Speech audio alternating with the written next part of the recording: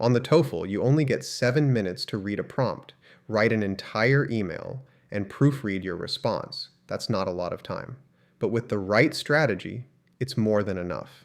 In this video, I'll show you exactly how to manage those 7 minutes so that you can write a complete, well-organized email.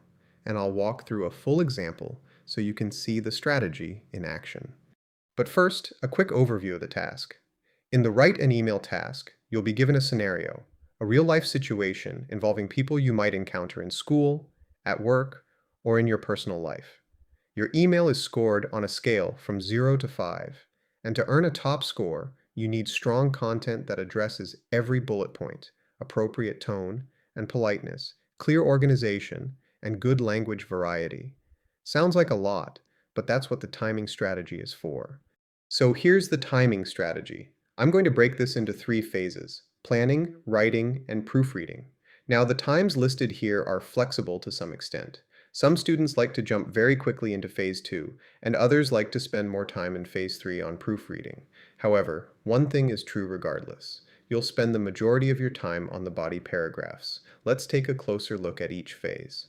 Phase 1 is planning, and you should spend about 1 minute here. Start by reading the scenario carefully. Pay attention to the tone. Are you writing to a friend, a professor, a coworker? That changes how formal your language needs to be. Then, focus on the 3 bullet points. These are your outline. Each one becomes a body paragraph. If you're someone who likes to plan ahead, jot down a couple of quick notes, just a word or two for each bullet point. This is light brainstorming, not a full draft. Some people are great at writing without any initial prep. Others prefer a moment to get organized. There's no one right way, so experiment and see what works for you. Phase 2 is writing, and this is where the bulk of your time goes, about 4 to 5 minutes. The key here is to start with the body paragraphs, since that content is where your score comes from. Each body paragraph should respond directly to one of the 3 bullet points, and you should aim for at least 2 full sentences per paragraph.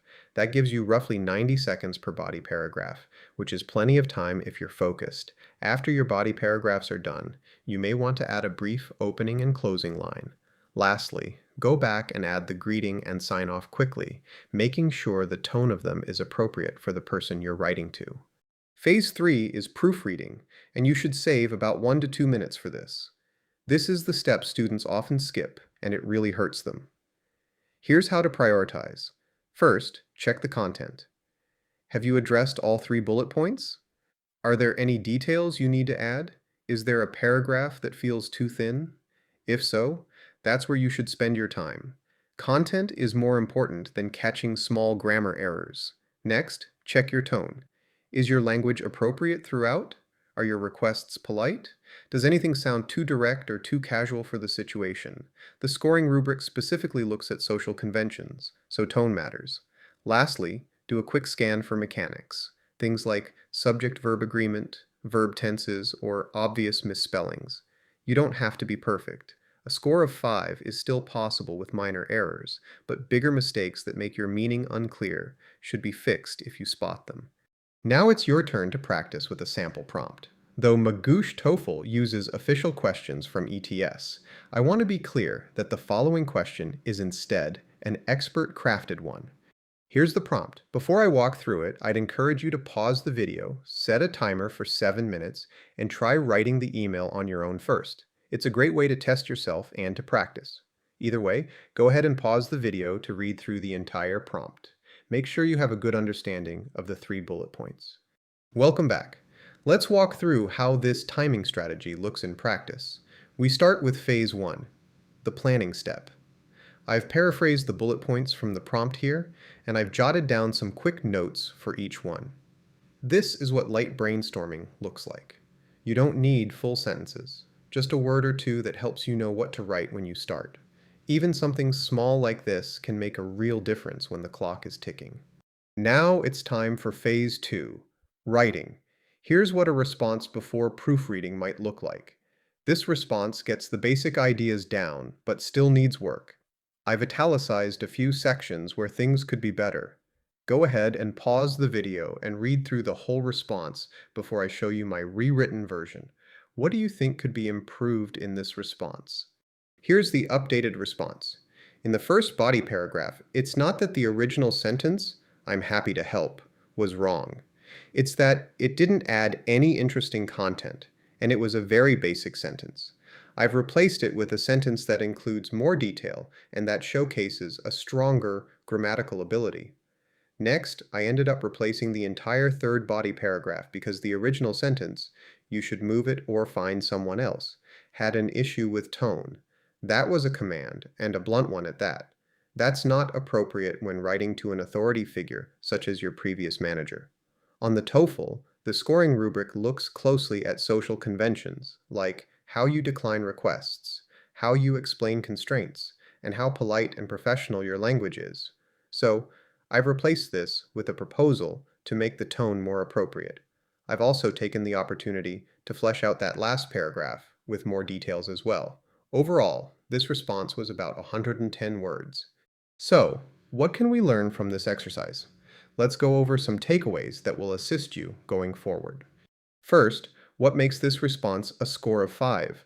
Every bullet point is addressed with enough detail to show that the writer fully understood the task. The first body paragraph includes a personal memory of the writer's own onboarding. That's an invented detail that makes the enthusiasm feel real. The second body paragraph explains exactly why the timing doesn't work and that the deadline can't be moved. And the third body paragraph offers a concrete solution plus a goodwill gesture. The welcome packet. That's what the rubric means by elaboration that effectively supports the communicative purpose. Also, the tone of the language throughout was appropriate for writing to a manager. Additionally, the response used a variety of sentence types and grammatical structures. Finally, there are no spelling or grammar errors that impact clarity. This is exactly what a score of 5 looks like: complete, organized, professional, and clear, all written within 7 minutes. One last thing to highlight. The following phrases in the sample response came straight from our templates for the write and email task. The sample prompt in this video is what we call a Type 5 task, which is where you have to navigate disagreement or constraint, such as politely turning down your manager's request while proposing an alternative. These templates provide a basic structure that you can use to organize your response. You can also think of them as a set of starting phrases that allow you to then more easily fill in what's most important, your own ideas and content. See the description beneath this video for a link to this free resource. To wrap things up, let's recap the strategy. Use Phase 1, about 1 minute, to read the prompt and get organized. Use Phase 2, around 4 to 5 minutes, for writing, with most of your time going toward the body paragraphs. And use Phase 3, the final 1 to 2 minutes, to proofread, checking content first, then tone, then mechanics. The more you practice this strategy, the more natural it will feel. And remember, your goal isn't perfection. You can still get a top score with a few errors. Instead, focus on writing an email that's complete, organized, and easy to understand within the time you're given. For more practice, including official questions straight from ETS, as well as instant and unlimited feedback on your writing, check out Magoosh TOEFL. The link is also in the description below. Thanks for watching and happy studying.